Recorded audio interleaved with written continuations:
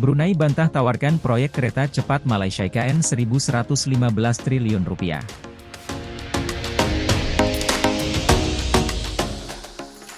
Brunei Darussalam buka suara soal isu yang menyebut bahwa mereka mau menggarap kereta cepat hingga Kalimantan, bahkan ibu kota negara, IKN, Nusantara. Melalui pernyataan resmi yang termuat di website Kementerian Pengangkutan dan Infokomunikasi Negara, Brunei membantah pernah menawarkan ataupun menunjuk perusahaan lokal maupun asing untuk menggarap proyek yang digadang bernilai 1.115 triliun rupiah tersebut. Dalam hubungan ini, Kementerian Pengangkutan dan Infokomunikasi ingin membuat kenyataan bahwa Kerajaan Kebawah Duli Yang Maha Mulia Paduka Seri Baginda Sultan dan Yang di-Pertuan Negara Brunei Darussalam tidak pernah menawarkan ataupun melantik sebarang syarikat tempatan maupun dari luar negeri untuk mengendalikan proyek berkenaan, kata mereka Kamis 4 April seperti dikutip dari website kementerian tersebut. Selain membantah, mereka juga menyatakan sampai dengan saat ini belum ada pembicaraan resmi dari pemerintah Brunei, maupun negara yang terkait dengan rencana itu soal proyek kereta cepat Malaysia IKN.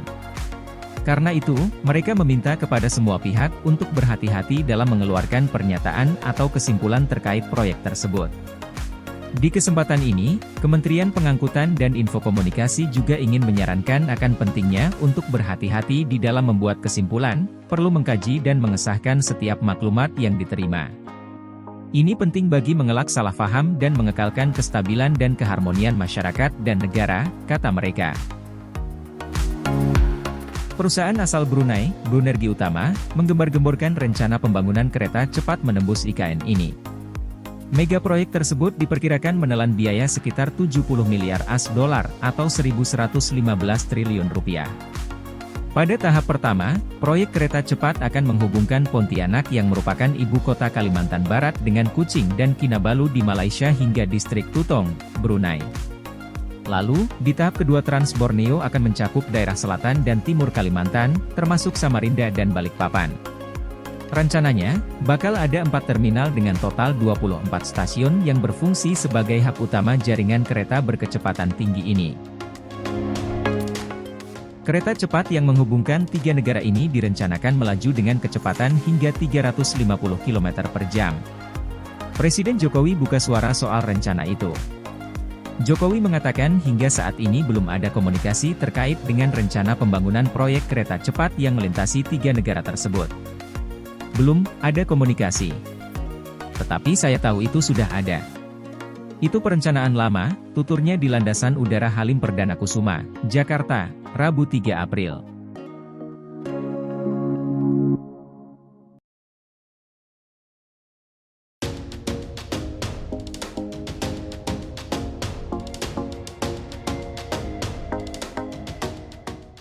Menjaga keseimbangan dan keanekaragaman hayati dalam pembangunan IKN.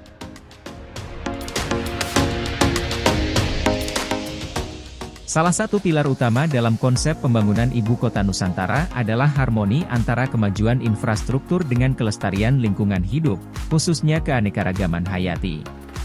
Ini karena Nusantara mewarisi kekayaan alam dari Indonesia dan Pulau Kalimantan. IKN merupakan salah satu wilayah dengan keanekaragaman hayati terkaya di Indonesia, dengan tingkat endemisitas tinggi. Ini berarti terdapat banyak spesies yang hanya dapat ditemukan di IKN dan tidak ditemukan di tempat-tempat lain di dunia.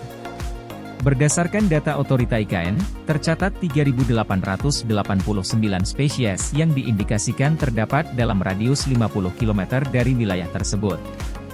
Spesies ini meliputi mamalia, burung, reptil, amfibi, ikan, tumbuhan, serangga, dan arachnida. Sayangnya, data International Union for Conservation of Nature, IUCN, menunjukkan bahwa 440 spesies atau 11,8% dari total spesies yang teridentifikasi berstatus rentan, kritis, serta terancam punah dan dibutuhkan upaya konservasi. Kondisi ini tak lepas dari berbagai permasalahan lingkungan yang terjadi sebelum pembangunan IKN dimulai. Deforestasi akibat penebangan liar, kebakaran hutan, pertambangan ilegal, perluasan perkebunan kelapa sawit, dan perambahan hutan telah banyak mengubah wajah hutan Kalimantan. Citra satelit yang dirilis Badan Antariksa Amerika Serikat, NASA, pun menjadi bukti nyata berkurangnya tutupan hutan di wilayah IKN. Citra satelit menunjukkan bahwa pada April 2022, kawasan hutan di IKN masih terbilang lebat, sedangkan pada Februari 2024, terlihat adanya penebangan hutan di beberapa area. Deputi Lingkungan Hidup dan Sumber Daya Alam OIKN, Mirna Safitri, mengakui bahwa kondisi hutan lindung IKN saat ini jauh dari ideal. Konversi besar-besaran dalam beberapa dekade terakhir, jauh sebelum pembangunan IKN, telah mengubah wajah hutan. Ia menyebutkan bahwa tutupan hutan sekunder di IKN saat ini hanya sekitar 16% dari total 256.142 hektar luas kawasan IKN sehingga diperlukan upaya reforestasi setidaknya seluas 120.000 hektar hingga tahun 2045. Mirna mengatakan pembangunan Ibu Kota Nusantara sebagai kota hutan akan mengedepankan kelestarian alam dan perlindungan keanekaragaman hayati. Upaya pemulihan ekosistem juga akan dilakukan untuk mengembalikan kejayaan hutan tropis Kalimantan. Salah satu langkah yang dilakukan adalah meluncurkan rencana pengelolaan keanekaragaman hayati yang akan dijadikan sebagai peta jalan dalam pembangunan IKN yang tetap mengedepankan kelestarian alam dan mencegah kepunahan spesies di wilayah IKN.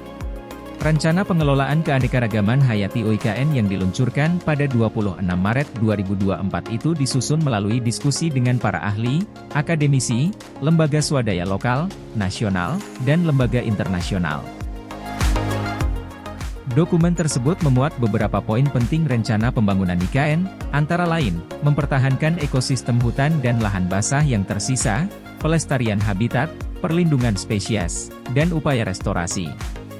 Rencana pengelolaan keanekaragaman hayati di IKN ini akan diimplementasikan dalam kurun waktu 5 tahun, 2024 hingga 2029.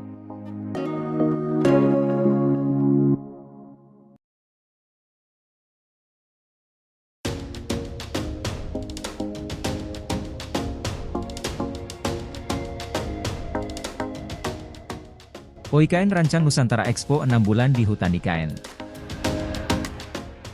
Otorita Ibu Kota Nusantara, OIKN, merancang gelaran menarik dengan menonjolkan budaya daerah bertajuk Nusantara Expo untuk menawarkan pengalaman unik bagi peserta, digelar di hutan IKN selama 6 bulan yang dimulai pada Agustus tahun ini. Penting untuk dicatat bahwa OIKN akan menggelar acara besar berlangsung selama 6 bulan. Acara ini akan diadakan di salah satu lokasi yang paling ikonik di IKN, yaitu di tengah hutan IKN, ujar Deputi Bidang Sosial, Budaya, dan Pemberdayaan Masyarakat OIKN Alimuddin dihubungi dari Samarinda, Sabtu. Kegiatan ini sengaja tidak digelar di dalam gedung, karena pihaknya ingin melihatkan para peserta dan pengunjung Expo tentang bagaimana pola hidup di Nusantara, baik terkait budaya, kehidupan masyarakat, hingga pembangunan di IKN. Ia mengaku sebenarnya kegiatan ini sudah lama ingin digelar, namun selalu tertunda akibat berbagai kesibukan terkait IKN, sehingga di momentum Agustus mendatang dinilai tepat untuk segera dimulai Expo tersebut. Alimuddin mengundang semua pihak memanfaatkan kesempatan ini sepenuhnya, guna mengaktualisasi kebudayaan dan semangat pembangunan IKN.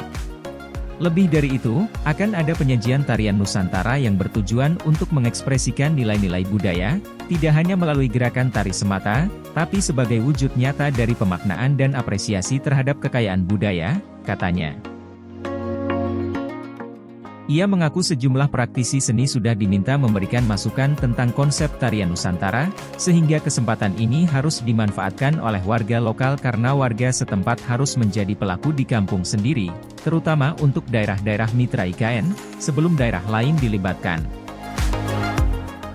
Selain ini, saya sangat berharap akan ada akses yang lebih mudah untuk bisa melihat kebudayaan Dayak, sekaligus akan memajukan ekonomi dan budaya lokal di sini, kata Alimuddin.